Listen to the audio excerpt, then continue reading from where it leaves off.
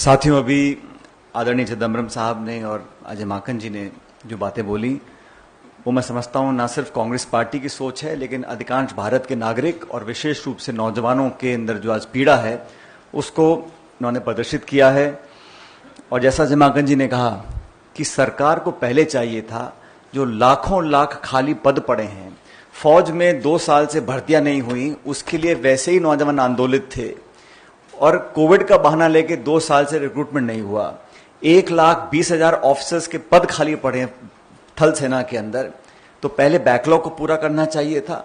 और जिस जल्दबाजी में इस स्कीम को घोषित किया गया है, सिर्फ शॉर्ट टर्म रेवड़ियां बांटकर लोगों का मन जीतने के लिए कोशिश की है। लेकिन सवाल ये उठता है, जिस प्रकार केंद्र सरकार ने 3 काले कृषि कानून बनाए थे, कथित रूप से कहा गया था किसानों के भले के लिए हम बना रहे हैं, किसान आंदोलन कर रहे थे। अब जिन नौजवानों के लिए योजना बनाई गई है वो सड़कों पे हैं, पूरे देश में आंदोलन हो रहा है। तो जिनके भले के लिए आप स्कीम बना रहे हो, अगर वही आपके खिलाफ आंदोलन कर रहे हैं तो विनम्रता पूर्वक केंद्र सरकार को इसको रोक देना चाहिए।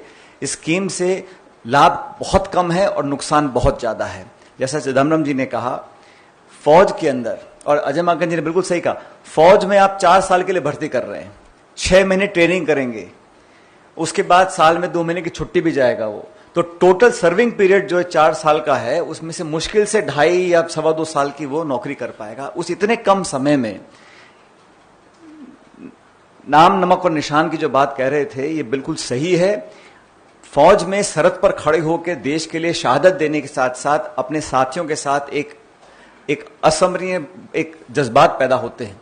और जिन लोगों ने फौज की वर्दी पहनी है वो समझते हैं कि इसमें समय लगता है। जब एक नौजवान को मालूम है कि 2.5-3 साल के बाद उसको वो यूनिट बटालियन छोड़नी है, तो वो संबंध, वो व्यवहार वो नहीं बना सकता, ये सर्वविदित है।